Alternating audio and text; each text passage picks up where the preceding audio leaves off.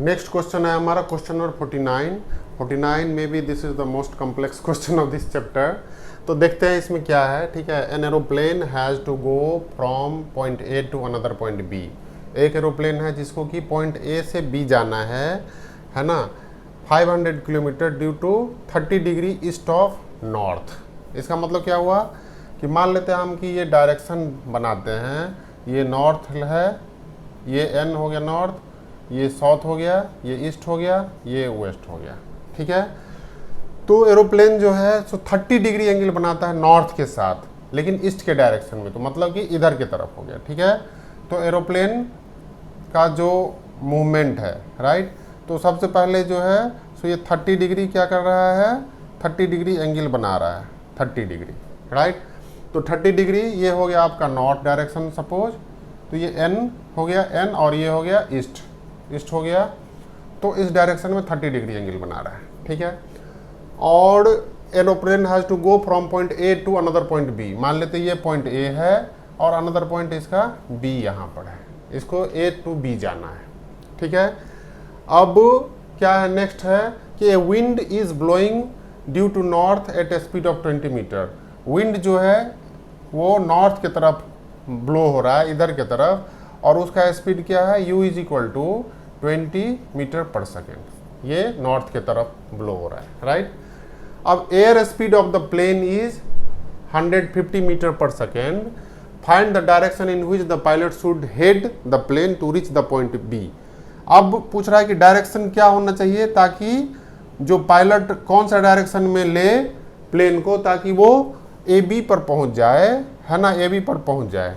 तो इसका डायरेक्शन क्या है, एयर का आप देखते हैं कि जो एयर का डायरेक्शन है वो नॉर्थ की तरफ है। इसका मतलब क्या होगा कि अगर हम यहाँ डायरेक्शन लेते हैं, पायलट इधर लेता है, तो थोड़ा सा मूवमेंट करके ड्यू टू एयर के कारण, एयर का नॉर्थ का तरफ है तो नॉर्थ की तरफ लगेगा इधर से, तो रिजल्टेंट इस पर चला जाएगा। ठीक है, तो मान लेते हैं कि ये है ना एरोप्लेन जो है सो थीटा एंगल बनाता है, ये थीटा एंगल बना रहा है विथ किसके साथ, विथ आपका है ना रिजल्टेंट वेलोसिटी के साथ। रिजल्टेंट जो इधर की तरफ मान लेते v इज इक्वल टू, तो एरोप्लेन का ये क्या हो गया, थीटा एंगल बना रहा है, राइट।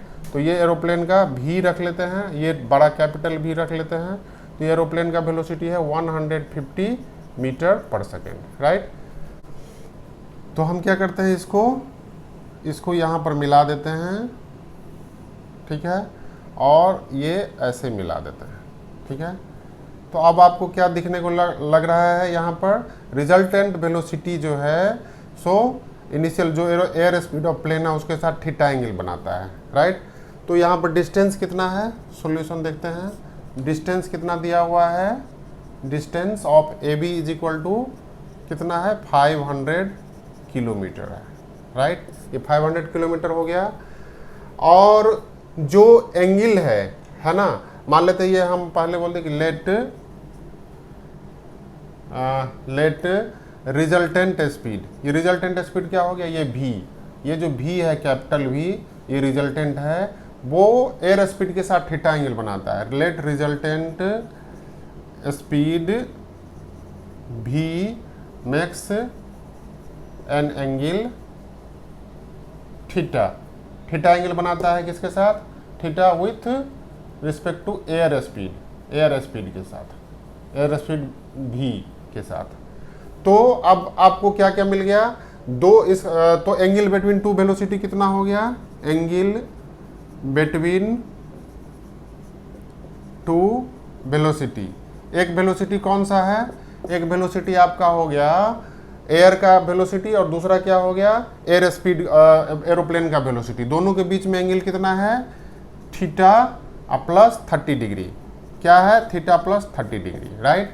तो ये दोनों के एंगल का बीच का हो गया। और रिजल्टेंट का एंगल कितना है, थीटा है, तो हम इसको लिख सकते हैं tan theta is equal to क्या लिख सकते हैं, u sine theta plus u sine theta plus 30 degree by क्या लिख सकते हैं, v plus u cos theta plus 30 degree.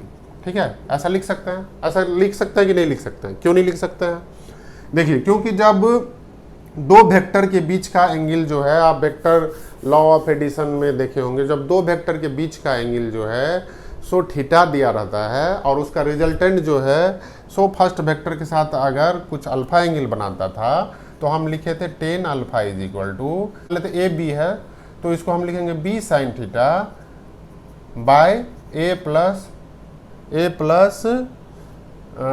B cos theta. ये आपको याद होगा, ठीक है। तो इसीलिए ये जो ए हो गया, ए का मतलब यहाँ पर हो गया भी और बी का मतलब हो गया यू। तो इसमें अगर हम वैल्यू टेन अल्फा, यहाँ पर अल्फा जो है वो थीटा एंगल हो गया, तो इस फार्मूला में अगर हम बैठाते हैं तो ये आपका ये हो गया क्लियर, ठीक है। इसको हम और क्लियर लिखते हैं you sign theta plus 30 degree, right. तो अब इसको हम क्या कर सकते हैं, अब इसको एक्सपेंड करते हैं। एक्सपेंड करने के लिए क्या करना पड़ेगा, तो टेन थीटा को हम क्या लिख सकते हैं, टेन थीटा को लिख सकते हैं sign theta by cos theta, right. और इसको लिख सकते हैं you sign theta plus 30 degree, ठीक है, बाय भी plus you cos theta plus 30 degree, ये लिख सकते हैं। अब आपस में क्रॉस मल्टीप्लाई कर देते हैं। क्रॉस मल्टीप्लाई करने पर क्या मिलेगा आपको, भी साइन थीटा प्लस क्या मिलेगा, यू साइन थीटा और into cos theta plus 30 degree मिलेगा। तो cos theta cos A plus B का वैल्यू क्या होता है आपको पता है, ये फार्मूला में ये होता है cos A into cos B minus sine A into sine B. और साइन ए प्लस बी का फार्मूला क्या होता है, आप जब मैथमेटिक्स में देखे होंगे ट्रिग्नोमेट्री का, तो ये क्या होता है sine A into cos B plus cos A into sine B. ये दो फार्मूला को हम अभी यूज करेंगे यहाँ पर। तो इसका जो ये जब क्रॉस मल्टीप्लाई होगा तो ये इधर चला जाएगा और ये इधर चला जाएगा। तो हमने पहले इस वाले ऑपरेशन को लिया है, तो साइन थीटा से भी प्लस साइन भी इंटू साइन थीटा कर दिए। फिर दूसरा केसेस में क्या हुआ, यू इंटू साइन थीटा और कॉस थीटा प्लस 30 डिग्री का वैल्यू हमको निकालना है। तो कॉस थीटा प्लस 30 डिग्री को हम लिख सकते हैं cos theta into cos 30 degree minus sine theta into sine 30 degree, लिख सकते हैं ना, क्लियर। अब नेक्स्ट में जो है तो हमारा क्या होगा, इसको राइट साइड वाले को देखते हैं। राइट साइड में क्या है कि u cos theta into sign theta plus 30 degree है। तो साइन थीटा प्लस 30 डिग्री को हम लिख सकते हैं sign theta into cos 30 degree plus cos theta into sine 30 degree, लिख सकते हैं ना। अब हम सबका वैल्यू पुट करते हैं बारी बारी से, देखते हैं क्या होता है। तो इसमें लिखेंगे भी साइन थीटा प्लस ये क्या हो जाएगा u साइन थीटा है और इसका कॉस 30 डिग्री का वैल्यू कितना होता है √3/2। तो इसको हम लिख सकते हैं u/√3, इसको आप अंदर ले जाते हैं पूरा, u/√3 है ना, √3/2 होता है ना। तो इसको हम लिख सकते हैं सॉरी √3/2 u और ये हो जाएगा आपका sign theta into cos theta, right. अब ये क्या हो जाएगा दूसरा वाला टर्म, इसमें हो जाएगा आपका साइन 30 डिग्री का वैल्यू होता है 1/2, राइट। तो u/2 और ये हो जाएगा आपका साइन स्क्वायर थीटा, ये साइन स्क्वायर थीटा हो जाएगा और साइन 30 डिग्री का ये हो जाएगा। फिर राइट हैंड का देखते हैं। राइट हैंड में क्या है, राइट हैंड में है कॉस 30 डिग्री का वैल्यू फिर से √3/2 हो जाएगा। तो √3/2 और ये u हो जाएगा, ये हो जाएगा into cos theta into sine theta, ठीक है।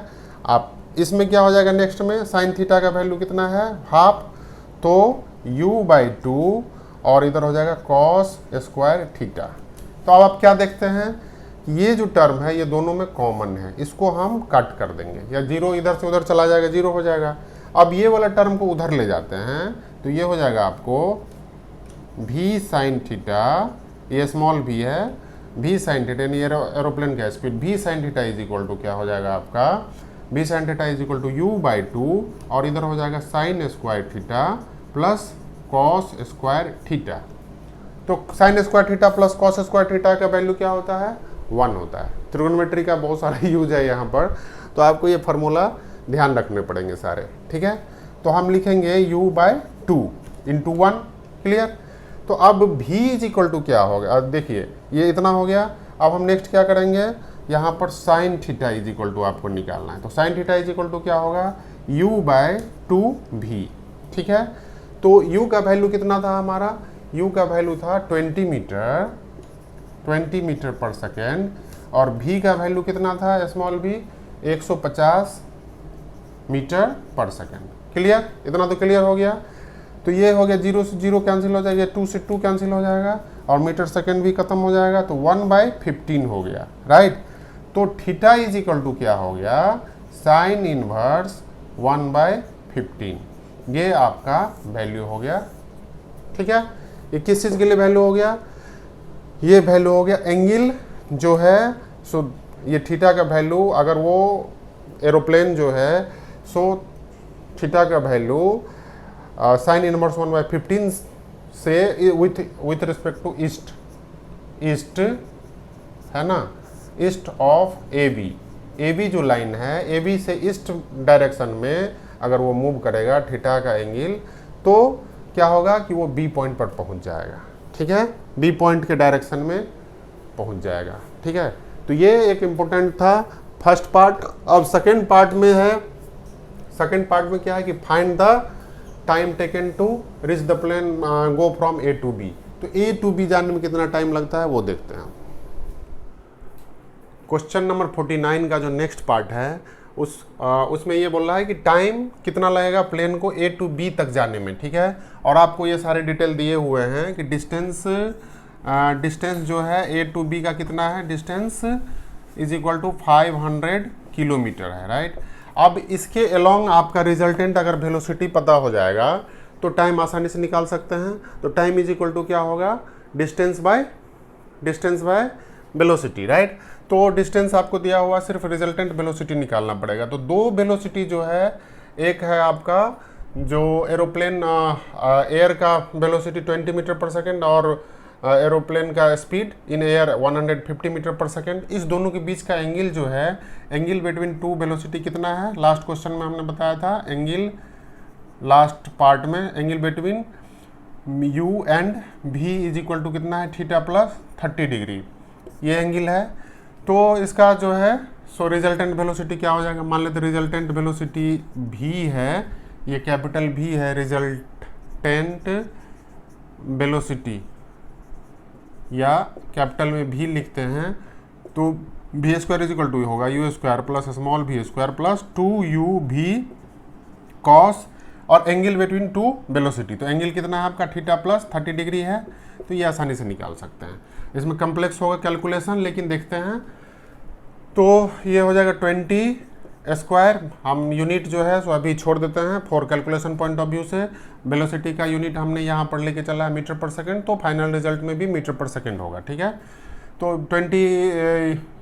20 स्क्वायर प्लस ये जो है 150 velocity of air in aeroplane का स्पीड है 150 इन एयर स्पीड।